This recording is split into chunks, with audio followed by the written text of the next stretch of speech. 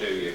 Madam Mayor and all colleagues across the Chamber, you'll be only too aware that in the last municipal year, the Corporate Overview and Scrutiny Committee went through the merits and the vices of a potential reform to election, the way we run elections in Thurrock. And the results of most of that discussion is in front of you tonight on page 35. I think this is probably a paper some years in the making. This isn't a new discussion, it's been going on for some years. I think Councillor Richard Spate chaired a debate in Corporate Overview Scrutiny some years ago. We obviously had a motion a couple of years ago, and we reviewed it in corporate last year. Let's be honest, it's motivated debate, it's called anger, it's polarised opinion, it's done quite a bit inside this chamber. But we have to get to the bottom of why we think that 33% turnout at elections has become status quo, a usual outcome in an election. Ladies and gentlemen, there is no enigma behind it. It is because the borough do not feel that their pencil scribble counts and makes enough of a difference to their lives. We are close enough to the electorate to know that, and it is time to potentially rectify that. We've been quite good at marking our homework. As of now, the debate about elections and the future of elections has been within these four walls of the council chamber or in some of the committee rooms, obviously adjoining the room we're in now. And my question to each and every one of us is 0.027% of the public of Thurrock enough of a representation to agree the future of democracy in our borough? What about the other 99.97% of residents who have yet to have a say? Is it right that councillors, democratically elected members who represent our residents, take all of their political decisions for them? Imagine the EU referendum. Could you imagine if our votes counted for less than those in Westminster? You know, with respect to a bit of a ramble of Remainers, but the general public voted by, albeit a slim majority, for Brexit. Things would have been very, very different. Yesterday's new democracy is today's status quo. Residents, businesses and community groups are the foundation of democracy, and we say it should be so again. When it comes to democratic change, the franchise should be with the individuals, not their representatives. The intent of the report is to take the question of electoral reform to the heart of the Thurrock community, to give the 99.77% an opportunity to say yes or no. The virtues of reform change are varied, risks will need to be managed. The paper sets out pros and cons, pluses and minuses, which we must absolutely share with the Thurrock consumer. Thurrock consumer being residents, businesses, community groups. There are two arguments. We must share both arguments with them and allow the electorate or the residents of Thurrock to give us a view on what they believe. I just want to review a few highlights from the potential election cycle change. Firstly, the Electoral Commission Cycle of Local Government Elections in England paper notes that wholesale elections are likely to encourage and increase voter participation. This is contrary to partial elections which dilute public interest. It provides continuity of political leadership for a fixed time. Hire or fire after 4 years. Have we done a good job or have we not? Your call, not up those of us negotiating it behind the doors in here. The Commission's official view, Madam Mayor, is that 4-yearly elections is the model we should go down. Section 2.8, there is a small correction. Where it says borough, it should say country. The point being is that 66% of unitary authorities are already at 4-yearly elections. We are in the minority, and the paper illustrates how it's nearly 200 grand over 4 years that we are spending to retain a system of 33%. The next scheduled election, for clarity, would still be the same scheduled election. We are looking at a potential election day of May 2018. So I put the paper to the Chamber and the decision to enfranchise our neighbours and residents across the borough to have a formal view on the way that councillors are elected, before any decision is taken in this Chamber about a way forward. It is apparent to me, inside this Chamber and out of the Chamber, in committee rooms and in discussions with members of the public alike, that a meaningful consultation is absolutely key. It has to be wide-reaching. It has to reach all demographics. We must utilise social media. We must write to people. We must have a reference point on the internet where people can go and look at the pluses and minuses. I also would like the forums, provided this paper passes, to also contribute to this debate. We will aim to consult early in 2017 with a final reminder to cast opinions to be sent out in hard copy format with council tax notices next year. I say let's start firing up democracy. Let's give the people of Thurrock a similar reason to vote in the referendum. Let's make their voice matter in a historic local opportunity. Let's get their opinion before we dare make a decision about our own political futures. Thank you, Madam Mayor. Thank you.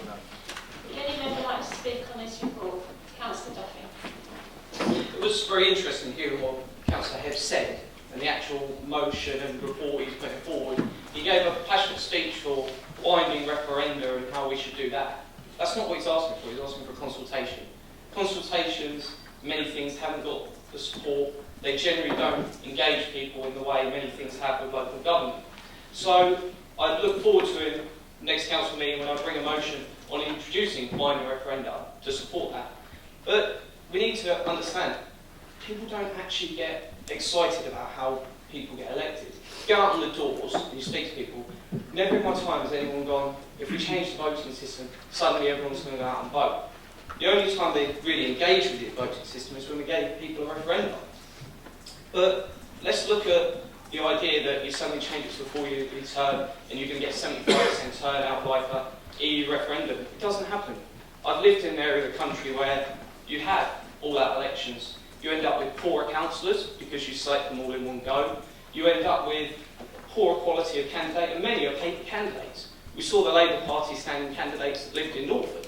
How many more candidates are we going to see in local elections that don't have the ties to the area? We need good quality leadership, and that comes from leaving the elections the way they are and not messing around with it. Councillor Tillman. Thank you, Madam Mayor, and thanks for the report as well.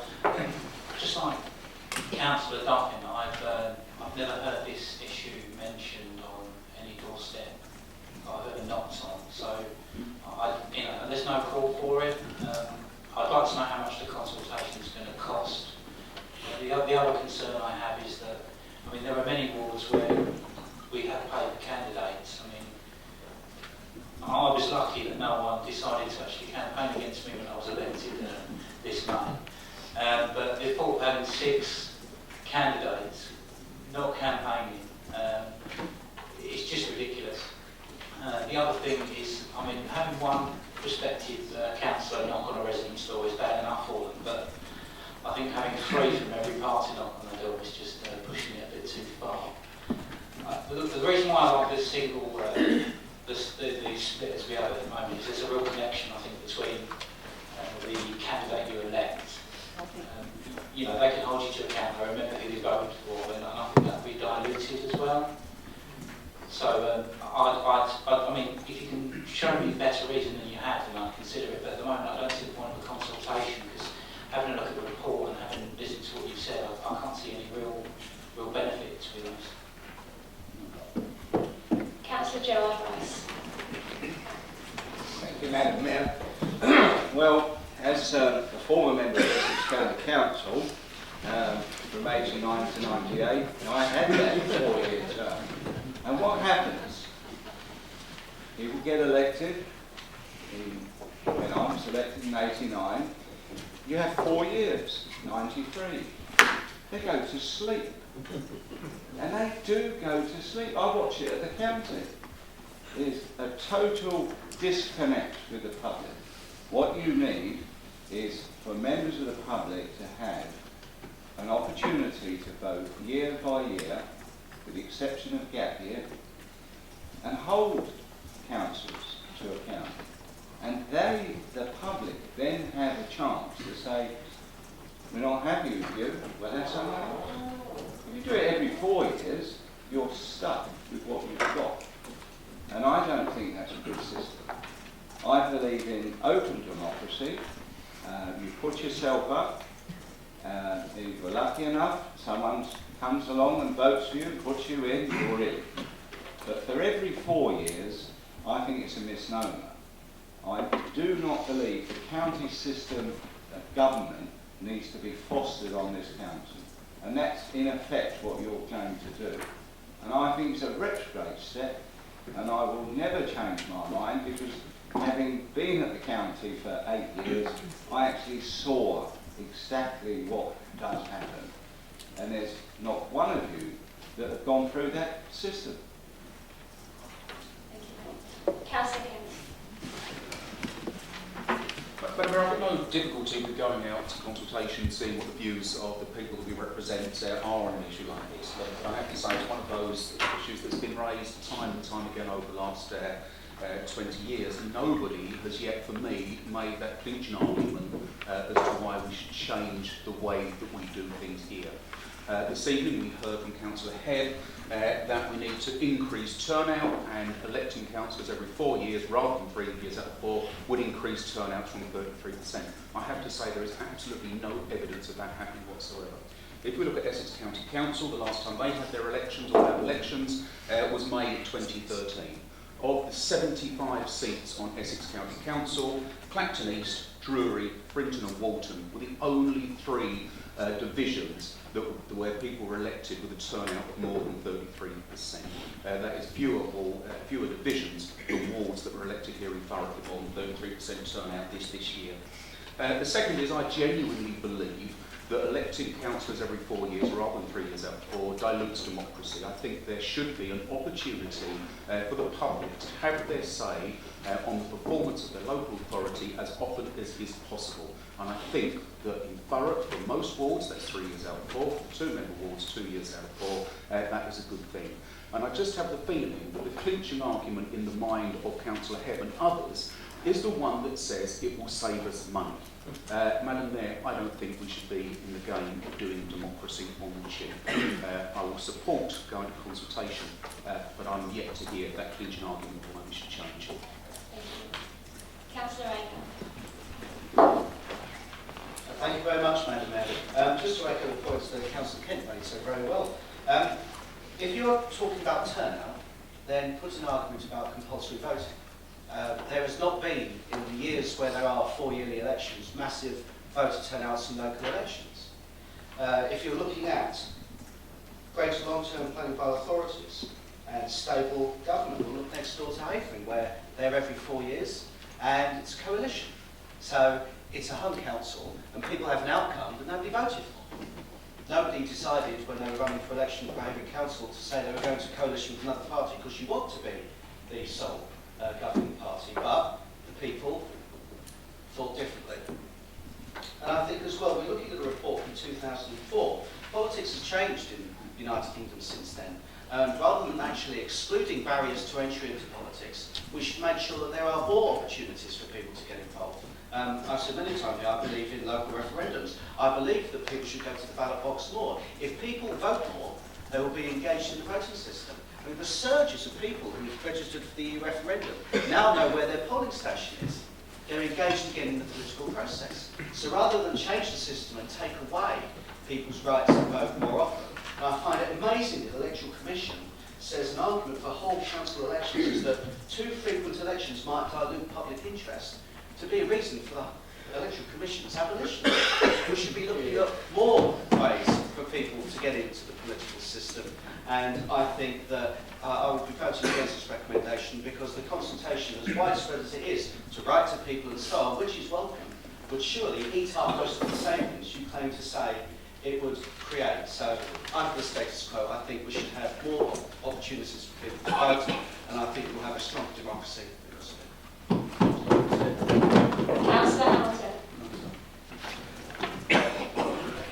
Thank you.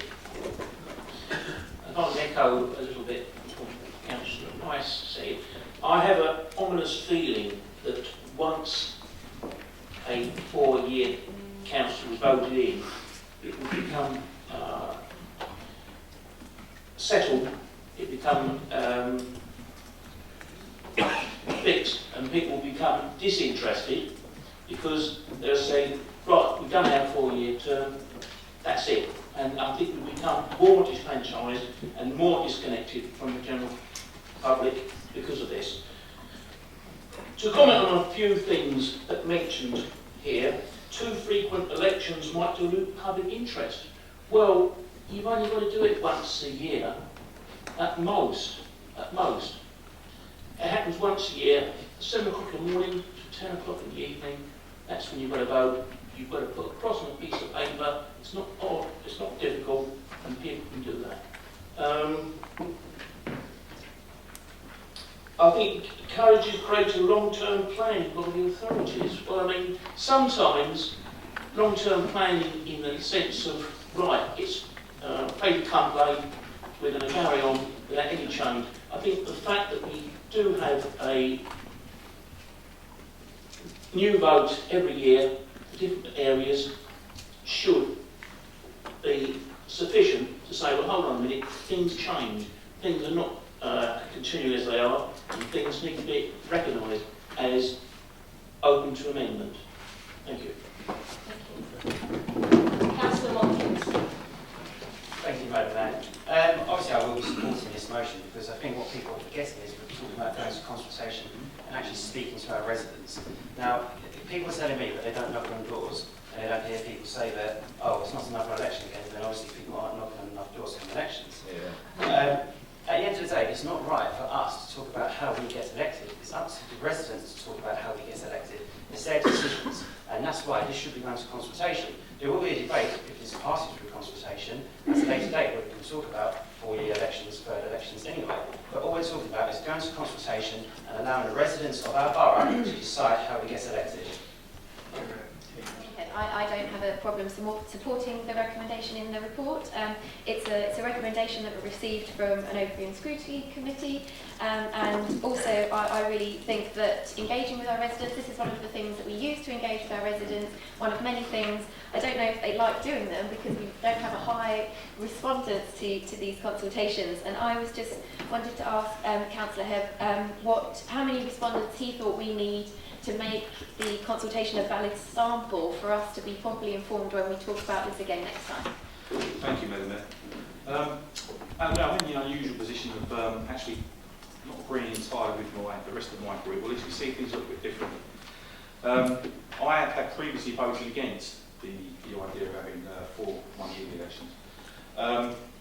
But as has been said, politics has changed, and people don't engage in politics. They haven't engaged in politics because they think that the status quo, no matter what they vote for, the status quo remains the same. And we have seen, with the referendum in particular, that actually, if you ask people to get involved and say, look, you can actually materially change things, sometimes that gets them excited and they come out and they want to change things. What they don't want to see is us lot sitting here going, well, we're not even going to bother asking them, we're just going to do what we want to do. I don't think that's the way to go. I think, that we can at least ask them the question.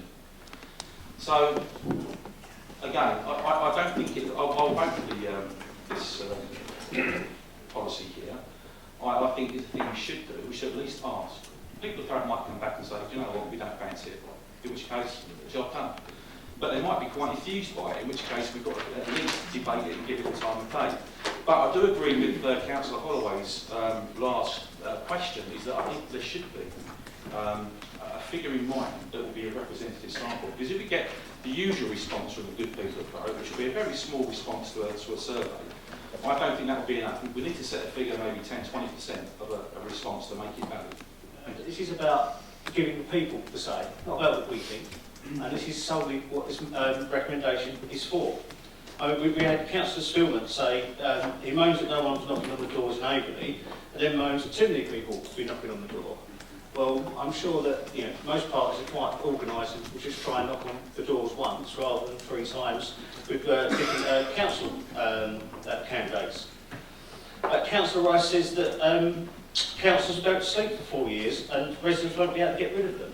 I'm fairly sure that everyone will remember a certain Labour councillor that effectively went to sleep for 4 years, and the residents of South Ockenden also couldn't get rid of him, irrespective of the fact they had the ability to vote every year. They didn't have the ability to vote rid of him, or indeed of any of us, for 4 years. This will make no difference on an individual basis to councillors. We all get elected for 4 years, irrespective of the fact that it gets one in 1 year, one in another year, and those with 3 seats in another year. This is about people having a chance to have their say. So I'm all for the recommendation and I will be supporting it, of course. Which I find quite a curious statement to put forward.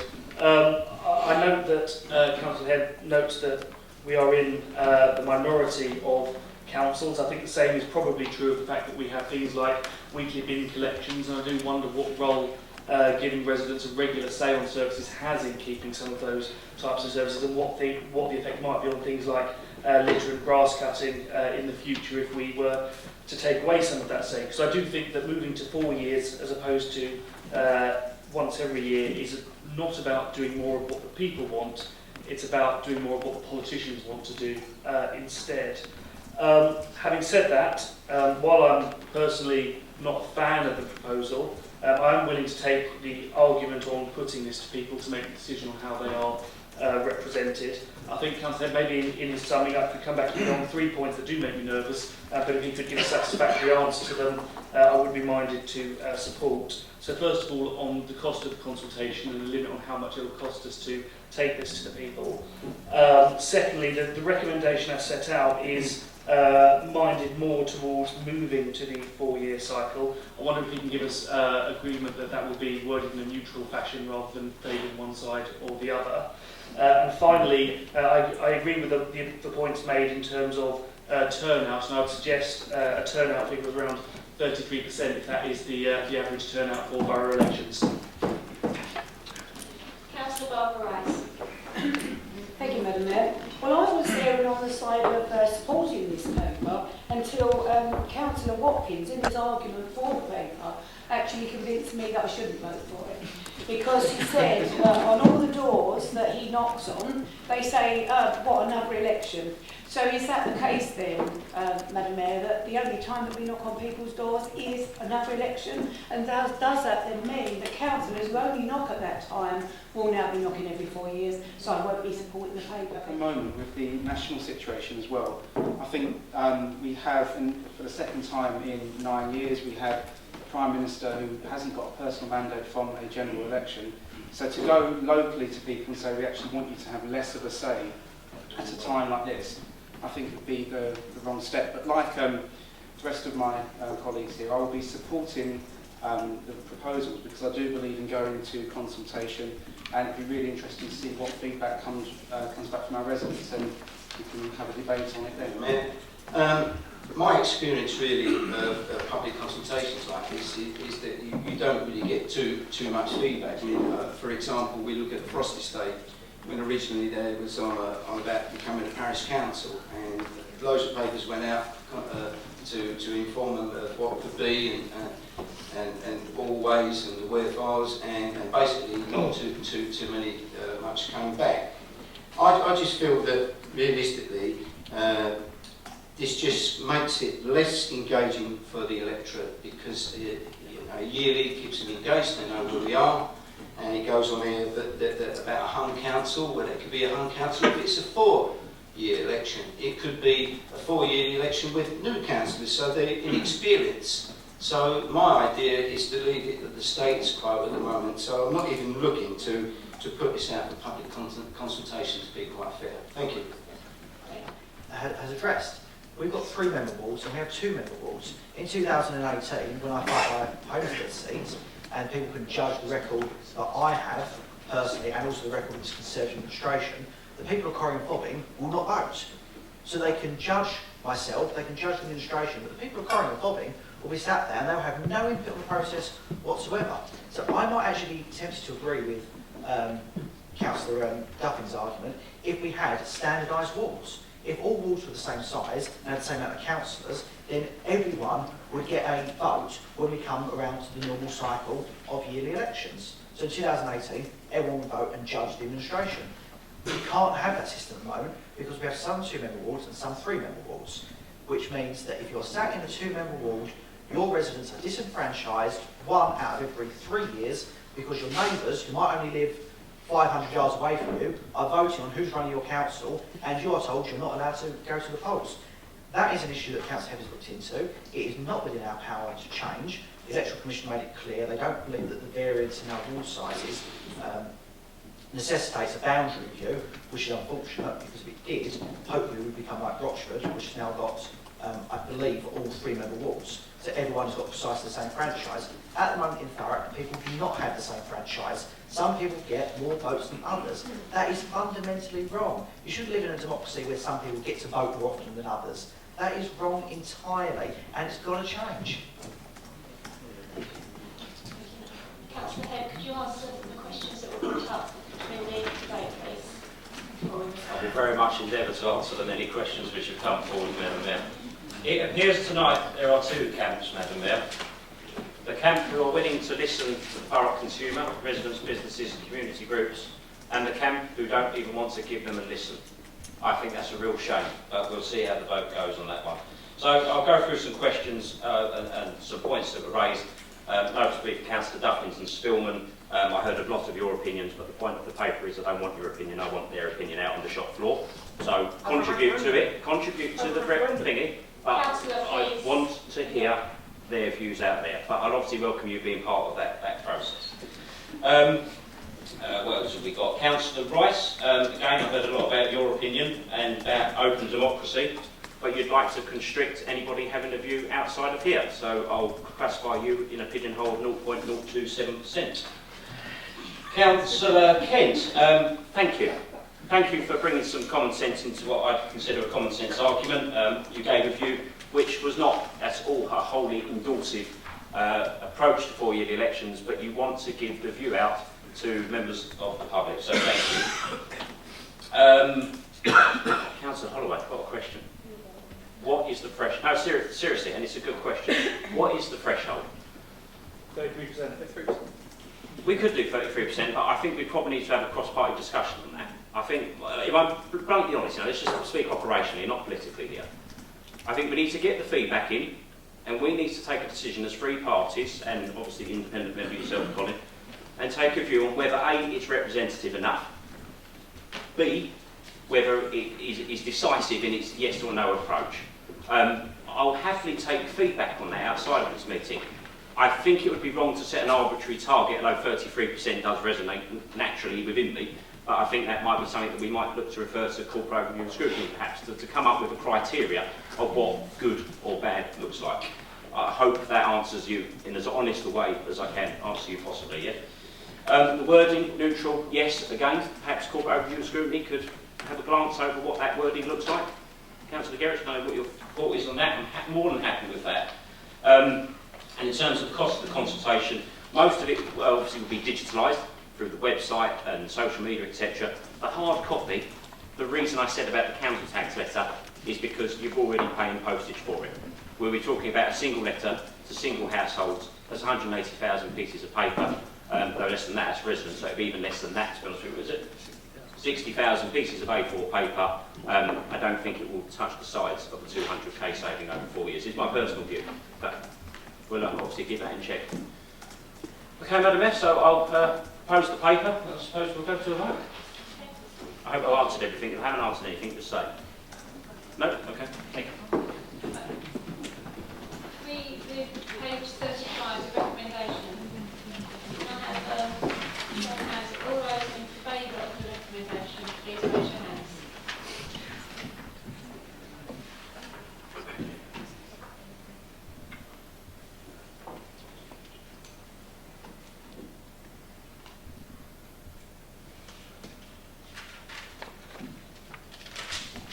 Thank you, Karen. All those against, please raise your hands.